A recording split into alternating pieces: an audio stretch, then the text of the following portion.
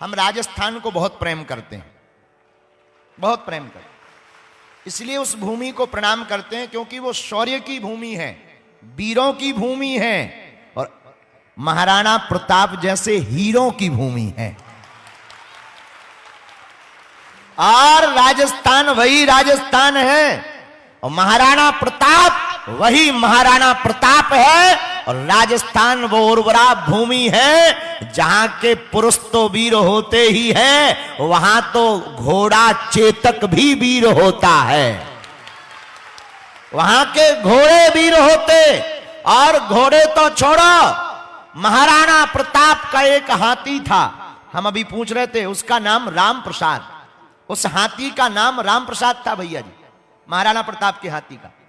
जब धर्म विरोधी अकबर ने महाराणा प्रताप पर हमला किया, हाथी राम प्रसाद जिस हाथी का नाम था उसे बंधन में ले लिया। 1 महीने तक धर्म विरोधी के घर का जल नहीं पिया, प्राण भले ही त्याग दिया।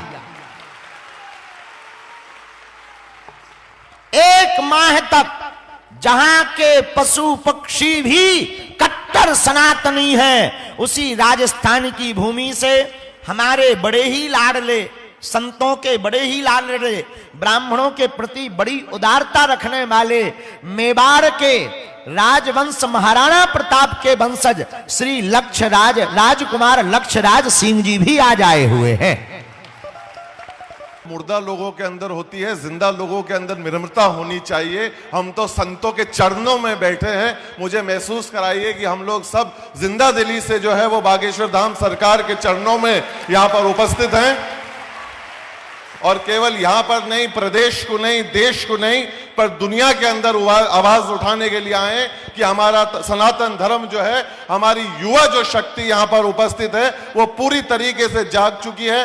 हिंदुस्तान जो है, भारत देश जो है, केवल युवाओं का देश नहीं रहा, अब पूरी दुनिया को जगाने की तरफ बढ़ चुका है। और केवल हमारे संतों के आशीर्वाद की वजह से आज ये ताकत हमारे अंदर उपस्थित है।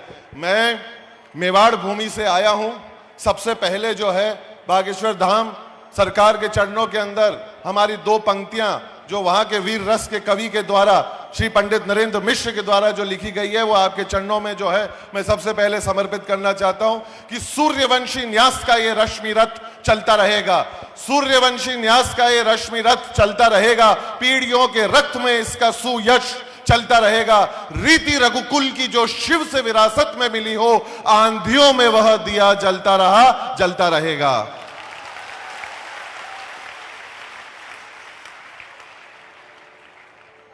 हमारे ग्रंथों के अंदर देखिए, वैसे कायदे से मुझे बोलना नहीं चाहिए, मेरे को जो है वो आदेश के ऊपर मैं यहाँ पर उपस्थित हुआ हूँ। मुझे मेरी मर्यादा और मुझे मेरी संस्कृति के बारे में मुझे ध्यान है। सरकार का आदेश हुआ, इस वजह से मैं आप सभी के सामने उपस्थित हूँ। मैं ये कहना चाहता हूँ कि हमारे ग्रंथों ने, हमारे सारे संस्कारों ने हम लोगों को ये सिखाया है कि भगवान भी अगर साक्षात हमारे सामने अगर उपस्थित हों, हमारे माता पिता भी अगर हमारे सामने साक्षात उपस्थित हों, और हमारे गुरुजन भी अगर हमारे साक्षात जो है वो उपस्थित हों, तो निसंकोच सबसे पहले ये सर जो है वो जाकर जो है हमारे गुरुजनों के चरणों में जाकर झुकता है।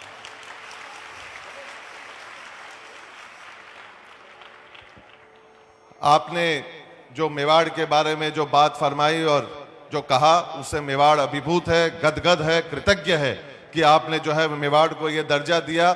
मेवाड़ के बारे में यहाँ पर जो लोग उपस्थित है, गुरु जी के आशीर्वाद से और गुरु जी के आज्ञा से मैं एक बात जरूर आप लोगों को कहना चाहता हूँ। अक्सर जो है वो राजाओं की जो है वो चर्चा की जाती है, उस परंपरा की चर्चा की जाती है। आज मैं आप लोगों को इससे बेहतर मंच और आशीर्वाद से जो है वो मैं कहना चाहता हूँ कि मेवाड़ ने जो है 1500 साल का इतिहास रहा है मेवाड़ का, और मेवाड़ जो है वो शिव के आराधक रहे हैं।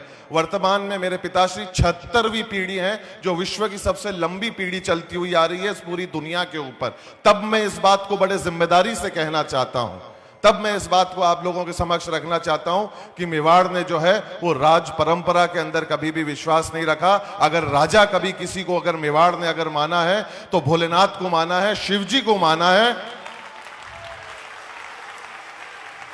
एकलिंग जी को माना है, तब मैं इस बात को कहता हूं कि सत्य को सम्मानित करने की यह गाथा कभी मंद नहीं होगी। सत्य को सम्मानित करने की यह गाथा कभी मंद नहीं होगी। यह एकलिंग की ज्वाला है, मुट्ठी में बंद नहीं होगी।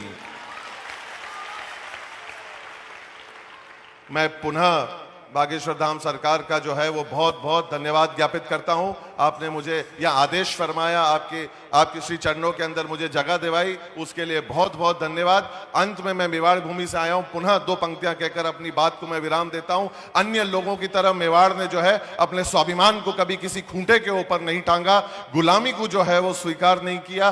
तब इस जिम्मेदारी से मैं दो पंक्तियां आप लोगों के साथ छोड़कर जाना चाहता हूं। अगर आपके हृदय को अगर ये छू जाए तो मुझे महसूस जरूर कराइएगा कि टूटने और बिखरने का चलन मांग लिया, हालात से शीशे का बदन मांग लिया। हम भी खड़े थे तकदीर के दरवाजे पर, लोग दौलत पर गिर पड़े, हमने वतन मांग लिया। बहुत बहुत शुक्रिया, सत सत नमन, नमस्कार। इतने ओजस्वी संबोधन के लिए उनका करतल ध्वनि से स्वागत कीजिए। श्रीमान लक्ष्यराज सिंह मेवाड़ हमारे बीच इस उत्सव में सम्मिलित हुए। अब मैं आग्रह करता हूं पूज्य जगतगुरु रामानंदचार्य स्वामी रामकृष्णचार्य महायोगी सिद्ध बाबा हमारे बीच नेपाल से पधारे हैं। पूज्य जगतगुरु महाराज से भी आग्रह है कि इस अवसर पर अपनी वाणी से हम सभी पर कृपा करें। वहीं पर माइक उपलब्ध करें। ओम वंदे विदेहतनया पदपुंडरीकम् कैशोरसौरभसमा ऋतयोगिचित्तम् हन्तुं त्रितापमनिशं मुनिहंससेव्यं सन्मानशाली परिपीत परागपुञ्जम् लोकाभिरामं रणरङ्गधीरं राजीवनेत्रं रघुवंशनाथं कारुण्यरूपं करुणाकरं तं श्रीरामचन्द्रं शरणं प्रपद्ये। अतुलितबलधामं हेमशैलावदेहं धनुजवनकृशानं ज्ञानिनामाग्रगण्यं सकलगुणनिधानं वानराणामधीशं रघुपतिप्रियभक्तं वातजातं नमामि।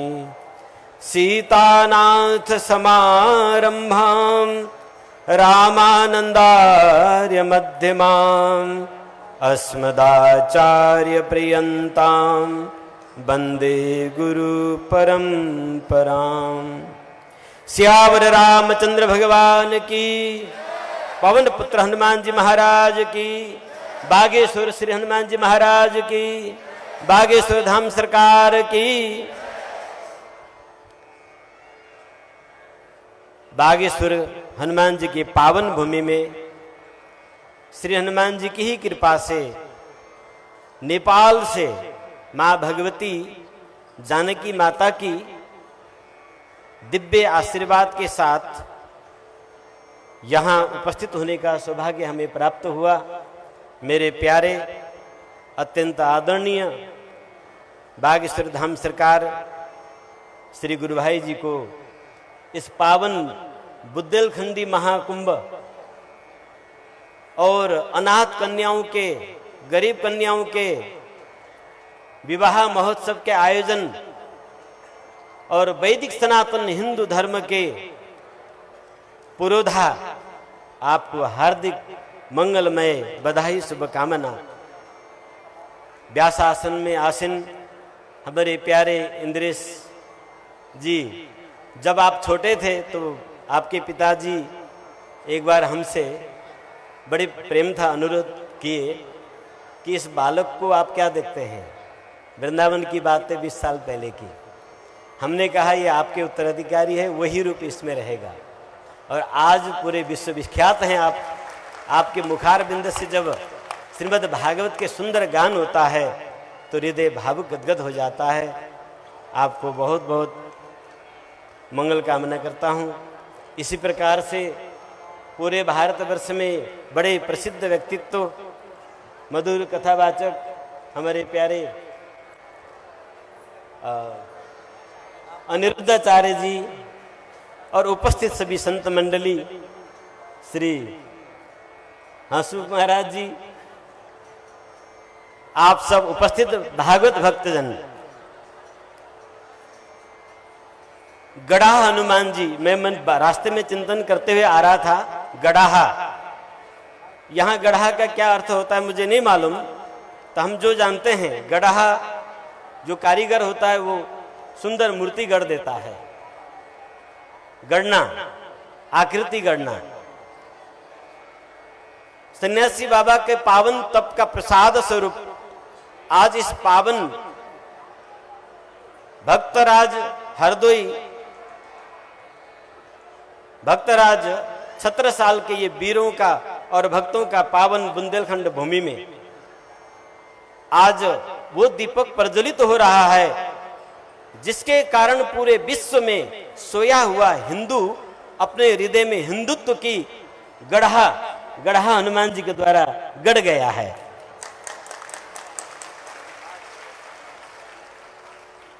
युगों युगों में ऐसे महापुरुषों का प्राकट्य होता है। आप हम सब भाग्यशाली हैं, प्रत्यक्ष 21वीं सदी में साक्षात हनुमान जी के कृपा स्वरूप हम बागेश्वर धाम सरकार को देख रहे हैं। ये अनेकों महापुरुषों की तप का फल है और सन्यासी बाबा का भजन की प्रताप है कि ये बागेश्वर धाम आज विश्व की हिंदुत्व की हृदय में भक्ति गढ़ रही है। और यहां से उठा हुआ हिंदुत्व की ये आवाज अब हिमालय से गूंजेगा। यही 2024 17 अप्रैल रामनवमी के पावन दिन से हनुमान जयंती के पावन पर्व 23 अप्रैल तक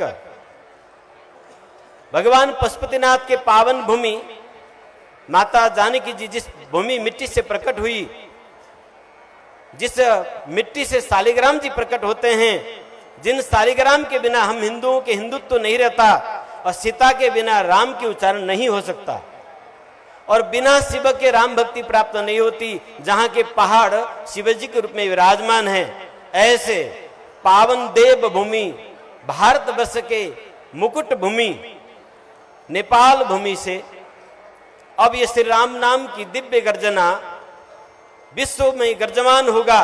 इसका श्री गणेश हमारे पावन पूजनीय श्री बागेश्वर सरकार जी यही वैशाख अप्रैल 17 तारीख से बराहा क्षेत्र के पावन भूमि जहां से शुरू होगा।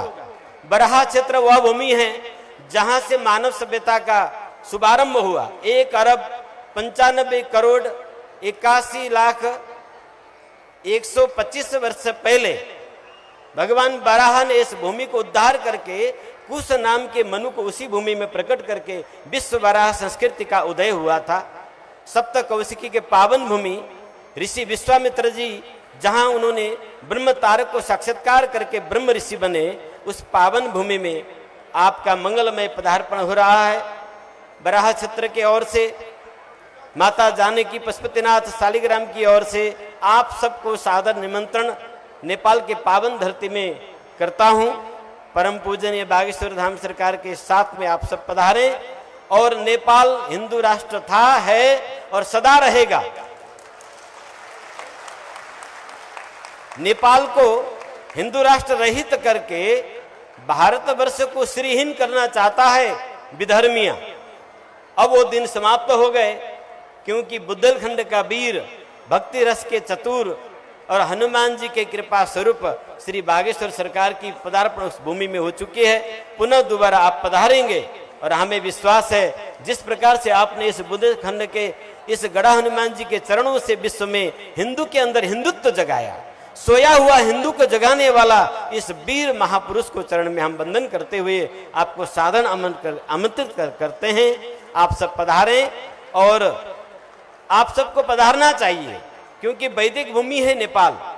जब भारत से बहुत संख्या में मुक्तिनाथ, पशुपतिनाथ, जनकपुर धाम, हलेश्वर महादेव और बराह क्षेत्र का तीर्थ करने के लिए आप पधारेंगे तो वहां हिंदुत्व के अलावा दूसरा कोई नहीं रहेगा और हिंदुत्व जग जाएगा। हमें तीर्थों की यात्रा करना चाहिए। जिस प्रकार से आपको यहां आने से ये क्षेत्र पूरा विश्व में सबके लिए परम पूजनीय हो गया है, इसी प्रकार से आप नेपाल के पावन भूमि में तीर्थ यात्रा करने के लिए आप पधारें। आप सबका हम वहाँ मंगल स्वागत करेंगे। इन्हीं शब्दों के साथ पुनः बागेश्वर धाम सरकार को उस पावन भूमि में हम मंगल स्वागत करने के लिए आतुर हैं। यही शब्दों के साथ आप सबको हार्दिक मंगलमय बधाई, शुभकामना। जय श्री राम। जय श्री राम। पूज्य महाराज श्री ने अपने आशीर्वचनों से हम पर कृपा की। हमारे बीच एक और विभूति श्री हसमुख बाबा विराजमान है। हम आग्रह करेंगे उनसे भी एक आशीर्वचन के लिए। हम तुम्हें चाहते हैं ऐसे, मरने वाला कोई जिंदगी चाहता हो जैसे, हम तुम्हें चाहते हैं ऐसे।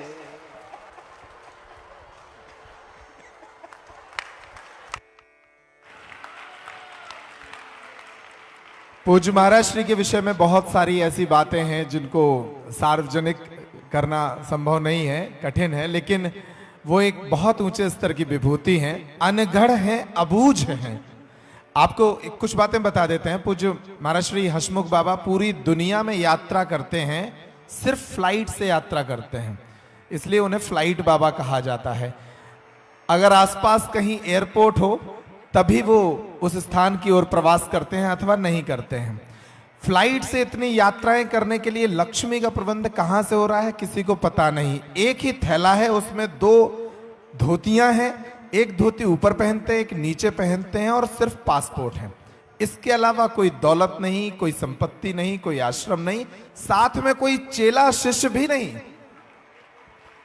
एक जोड़ी वस्त्र और संपूर्ण विश्व की यात्रा करते हैं। अभी यहां है, हो सकता है कल स्विट्जरलैंड में हो।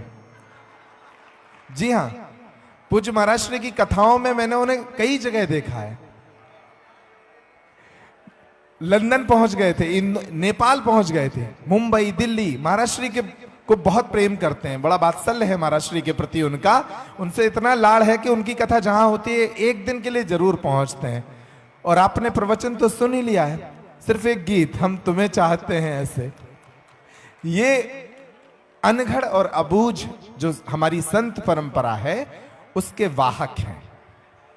अभिनंदन उनका भी इस महोत्सव में। और अब पूज्य महाराज श्री भगवान कृष्ण की कथाओं को, किशोरी जी की चर्चा को विश्व विख्यात मंचों तक ले जाने वाले, उस चेतना का प्रचार करने में अग्रणी ऐसे आचार्य अनिरुद्धाचार्य महाराज जी से भी आग्रह है कि वो भी अपना आशीर्वचन हमें प्रदान करने की कृपा करें।